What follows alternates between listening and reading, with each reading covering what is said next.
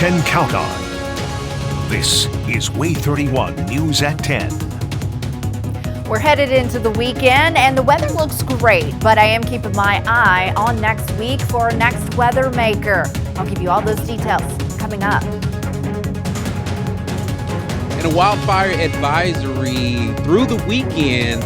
I'm Way 31 reporter Philip Green live. I'll have the details on the advisory from the Forestry Commission coming up. The states with the highest concentration of federal workers. There's a lot of people on edge when it comes to Fed job cuts. I'm Jim Abbott live in studio breaking down the numbers, and yes, Alabama is in the top 5. Good evening to you. Thanks for choosing Way 31 News at 10. I'm Nicole Williams. We will see calm weather this weekend, but next week may be a different story. Storm tracker meteorologist Amber Kulik is here now to tell us what to expect from storms that could roll in next week. Yeah, that's right, Nicole. So we start off March tomorrow. March and April, well, those are our big severe weather months as we head into spring. So we will have to keep an eye on every system that rolls through here. Our first one for March will be rolling through Tuesday night into Wednesday. This could bring some strong storms to the Tennessee Valley. I'll have more details on that coming up in a few minutes, but let's get back to what you can expect through the rest of the overnight hours. We're looking at 10:01 here on your Friday. I'm 31 triple Doppler, and things are quiet across the Tennessee Valley. It's not just the Tennessee Valley, it's pretty much the entire state of Alabama. Few clouds just to the south there and portions of Baldwin, even into Mobile counties. But for most of us, we are clear. Here's a look outside right now from our Calhoun Community College cam. Looking at the Space and Rocket Center, temperatures have fallen into the 50s. Will continue to fall into the 40s for overnight lows tonight. Looking at 54 in Athens, 58 in Decatur, 55 in Gunnersville, 58 degrees in Moulton as well. Throughout the day tomorrow, we'll start in the 40s, but we will warm into the 60s as we head towards the afternoon. I'll be back in just a couple of minutes, and I'll talk more about your weekend forecast and that chance of storms next week. All right, Amber, thank you. We'll see you again shortly. Well, tonight, hundreds of meteorologists and engineers are without jobs due to cuts made to the National Oceanic Atmospheric Administration. This includes the National Weather Service. These reductions are being made by DOGE. Some people in critical positions like disaster forecasting were reportedly spared. This was a part of a larger cut at NOAA. NOAA is the agency, the parent agency of NWS, and all about 800 workers there were terminated. More layoffs are possible. We're coming into hurricane season. These are the scientists who help figure out where the hurricanes are coming, how severe they're going to be, whether we're going to have an earthquake, whether we're going to have a wildfire. Of course, NOAA plays an essential role for us here in Alabama, especially during tornado season. Meteorologists across the country rely heavily on NWS data to create their local forecasts. A wildfire advisory is in effect through this weekend. This comes as dry conditions and high winds continue to create dangerous conditions. Reporter Philip Green talked with the Alabama Forestry Commission today. Philip, you have important details now on this advisory. That's right, Nicole. Good evening to you. I spoke with the Alabama Forestry Commission, and they tell me that the wildfire advisory will stretch through the weekend, and they tell me that the burning permits will actually be restricted to certified prescribed burn managers only. Now, I talked with Balsy Butler, Assistant Division Director for the Protection Division, and he says due to low humidity, fires have spiked over the past week by a whopping 600%. And he says that many of the calls that they've responded to have been fires that have escaped permitted burns. He says while the commission understands the need for landowners to burn, it's still important to wait till conditions improve. We understand, we appreciate the fact that so many stakeholders and landowners throughout Alabama use fire as a tool to manage their land. But right now, we just feel like for safety reasons, we want to hold them to pause and hold back on burning until we get either more precipitation or we can start seeing those RH levels recover. Now, Butler stressed how tough it is to deal with fires that get out of control, and that's why they're grateful for people who adhere to the no burn requests. Now, he also asked everyone to continue to be patient, and hopefully we'll see some rain come through the area to relieve us of these dry conditions. And we'll make sure to check back with meteorologist Amber Kulick so she can fill us in on when that will happen. But for now, reporting live with coverage you can count on, Philip Green, Way 31 News. All right, Philip, thank you. Today is the last day of work for some federal employees who took the Trump administration's buyout offer. The White House previously said about 77,000 workers accepted the offers. Critics worry losing so many employees could affect the government's ability to deliver vital services. DOJ says the firings and resignations are both part of an effort to balance the federal budget. The overall goal here with the DOJ team is to help address the enormous deficit. We simply cannot sustain as a country a $2 trillion deficit. Meanwhile, Congress is racing to avoid a government shutdown on March 14th. That's when the current budget expires. Republicans are debating if and how spending cuts could play a part in that process. There are more than 2 million civilian federal workers in our country. It's too early to pinpoint the exact locations of the thousands of workers who have lost their jobs. But tonight, a closer look at some of the states where more workers could be affected. Way 31 reporter Jim Abbott joins us live in studio now with those numbers. Jim. Yeah, Nicole, there are states across the U.S. where federal workers make up a large portion of the area workforce. Alaska and New Mexico are two, but several others fill up the greater part of the national workforce for federal employees. And in the top 5, Alabama. The overwhelming percentage of federal workers, not surprisingly, is concentrated in Washington, D.C., nearly 20%, with another hefty percentage surrounding Washington, D.C., and parts of Maryland and Virginia. Now, with that in mind, lawmakers both locally and nationally say it's natural that this area will experience the largest percentage of federal job cuts, both in number and across various agencies. Outside the Beltway, several other states have large percentages of the federal workforce, and so could also see their share of job loss. Virginia's 2nd District, the Virginia Beach area, just over 8% of the overall number of federal workers. Oklahoma's 4th District, with an Army post and Air Force base, 7.7%, and a hair lower, Alabama, and its 5th District, Huntsville-Madison County. The Congressional Research Service lists 40,692 federal employees in Alabama. Now, that doesn't include the 700 active duty soldiers on Redstone Arsenal or the many who work as contractors with missile defense. And while that number hints at vulnerability to job losses, there haven't been significant losses in Alabama. And the state's GOP leaders don't think there will be. John Wall, chairman of the Alabama GOP, told me Huntsville's strength is in critical areas like missile defense and NASA, and may even add jobs there and in the FBI in the near future. And Dale Strong, U.S. Representative for the 5th District, is touting North Alabama's strength in cybersecurity and hints that's another reason jobs in Alabama are important and shouldn't be cut. I've also talked with several local city officials who say right now no one wants to draw attention to themselves and their departments. They know there's the potential for job cuts to arrive, but they're staying hopeful that, for the most part, Alabama will be spared. Live in studio with coverage you can count on, Jim Abbott, Way 31 News. Jim, thank you. Russia and China are among the foreign adversaries who have recently boosted efforts to recruit U.S. federal workers. That's according to sources familiar with the matter. They say intelligence shows these countries are focusing on people who were either recently fired or fear termination is imminent. Two of the sources say at least 2 countries have already unveiled recruitment websites and are looking at LinkedIn for potential hires. Civilians working for the Pentagon will have to justify their jobs next week. Defense Secretary Pete Hegseth says an email will be sent to these employees on Monday. The workers will have to provide 5 bullet points on their recent achievements. They'll have 2 days to reply with their responses. The Department of Government Efficiency may have to start answering questions soon. This after a federal district judge granted a request in a case. The case was brought by labor unions and other groups to stop DOJ from accessing sensitive government data. The order means a DOJ representative will have to answer questions under oath from attorneys for 8 hours. We do not yet know when the hearing will take place. Another member of President Trump's team, Department of Health and Human Services Secretary Robert F. Kennedy Jr., just overturned a rule that's been in place since 1971.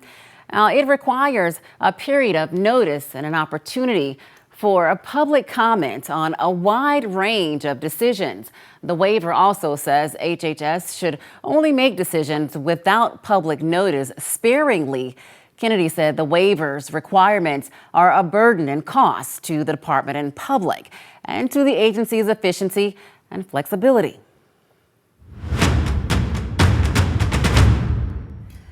Tonight, as I wrap up my Woke Culture War series, I want to take some time to share with all of you some of what you said and felt about our deep dive into efforts to redefine the term woke. Because this issue is impacting all of us here in major ways right now, as you all know, in real time. Here's a look at some of the emails we received from some of you. Some positive, some negative, some unfortunately were downright hateful. But I want to thank all of you who weighed in to have a healthy exchange on this topic, regardless of your position on things like DEI or LGBTQ policies, and even education on topics about race. Most of you agreed that the root of the issues remains the shifting of the definition of woke from meaning awareness of social justice problems to meaning politically liberal in an extreme way. Several also said this is a deeply dividing point for Americans and lawmakers on both sides of the aisle, and it's impacting policymaking decisions that are affecting all of us right now. Of course, only time will tell the toll this will have on our way of life over time. I want you all to know that my goal when starting this series months ago was to provide you fair and accurate coverage on the woke culture war. I wanted these stories to reflect many different viewpoints, and they did. And at the end of the day, we believe we've served you all well because you've told us that the series enlightened you. You learned new things you didn't know before, and that it triggered informed discussions out in the community around the ongoing woke controversy. So we want to thank you all for sticking with us all month long. And remember, you can find all 20 stories right now on our website, waytv.com, just under the Black History Month section, and also by visiting the Way 31 News app. Little cooler as we head towards your weekend, but it does look like we will stay dry both Saturday and Sunday. I'm tracking our next weather maker early next week. I'll have those details coming up. Coverage you can count on. This is Way 31 News at 10 with Nikel Williams, Chief Meteorologist Jeff Castle, and Sports with Max Cohen.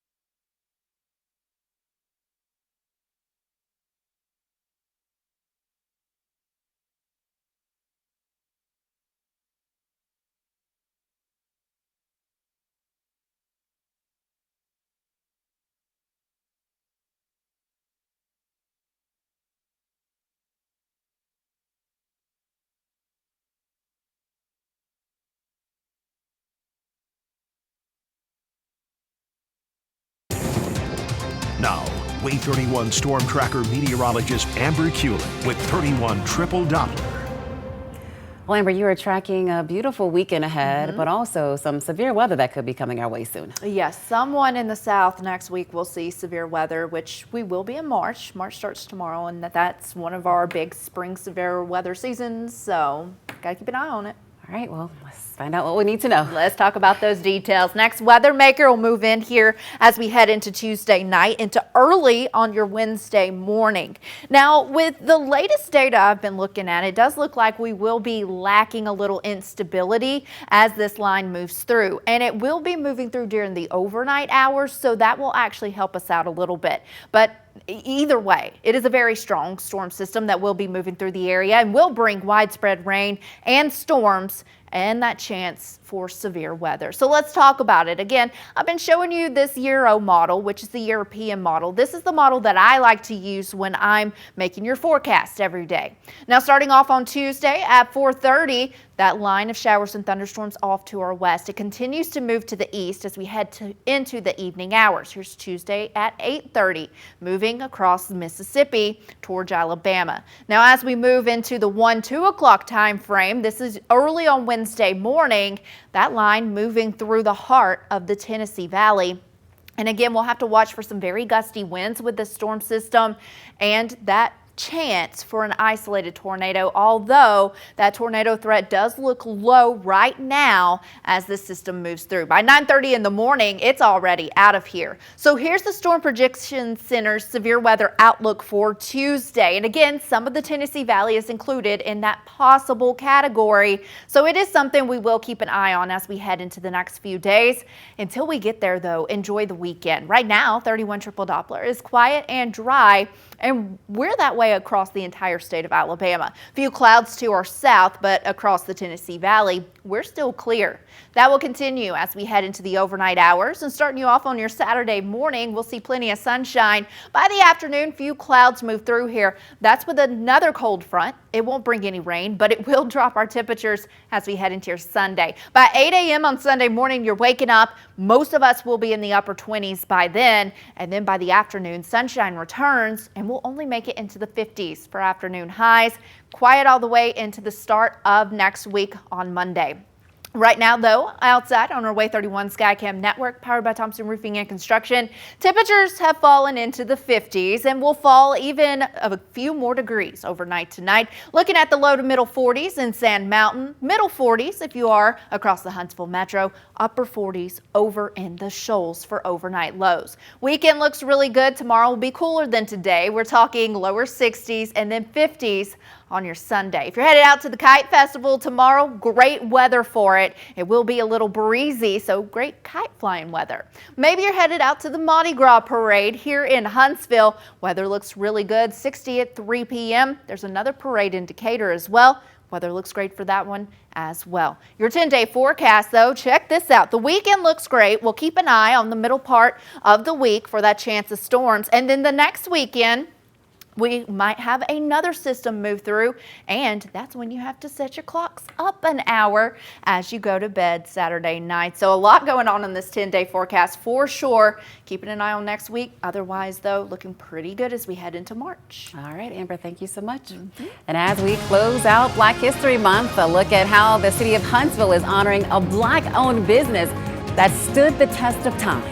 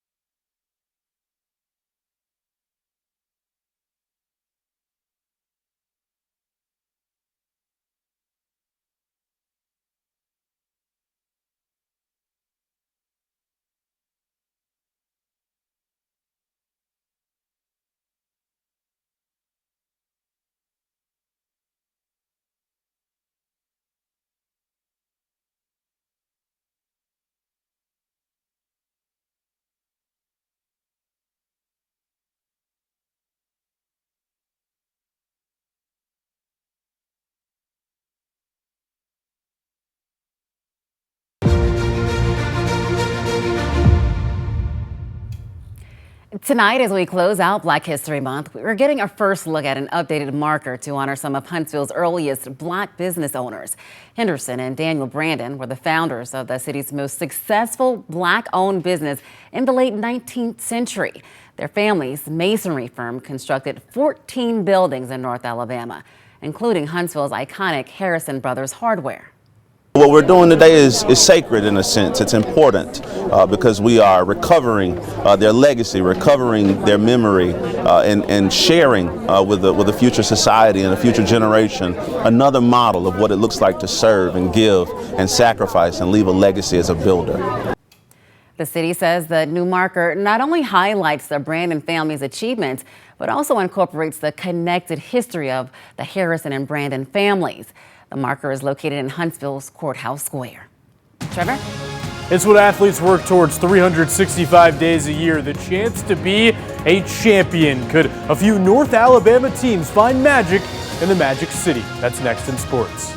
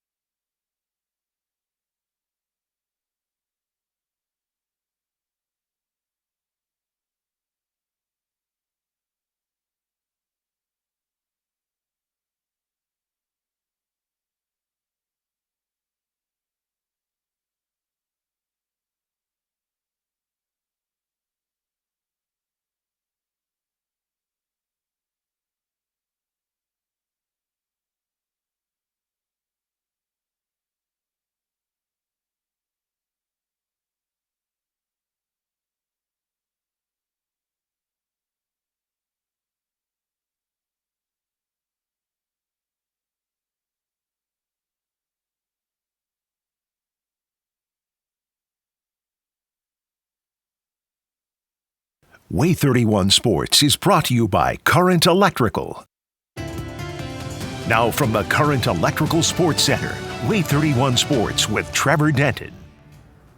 What's up, North Alabama? In about an hour and a half, the calendar turns to March. That means the high school basketball season is drawing to an end. Already today, we saw the Lauderdale County and Pisgah girls capture those blue maps. For the 3A boys crown, last year's 2A champions Mars Hill battling Montgomery Academy, and this one was an all-out war. Sam Sweat would find a way to get this layup to go despite having to run through an entire flock of Eagles, but MA swings right on back. Braden Gordon puts the defense on skates as he nets 2 of his 23 points, and the Eagles will be running all game long. Skylar Stovall takes it to the rack despite the contact, putting MA ahead by 9 in the second half. The Eagles led by 17 at one point, but Mars Hill's Eli Pounders wasn't going down without a scrap. Despite having only one good hand right now, Pounders gave it everything he had, leading the Panthers with 23 points and 13 boards. Mars Hill would keep things close and even have the deficit down to a single point in the fourth quarter, but they couldn't close this one out as the Eagles win their first title 65-56. Tremendously proud of these boys and the effort they gave, and they gave everything they got. I have asked them all year, give me one more. There's no more to give. They gave it all out there, and I'm just really proud of them for that.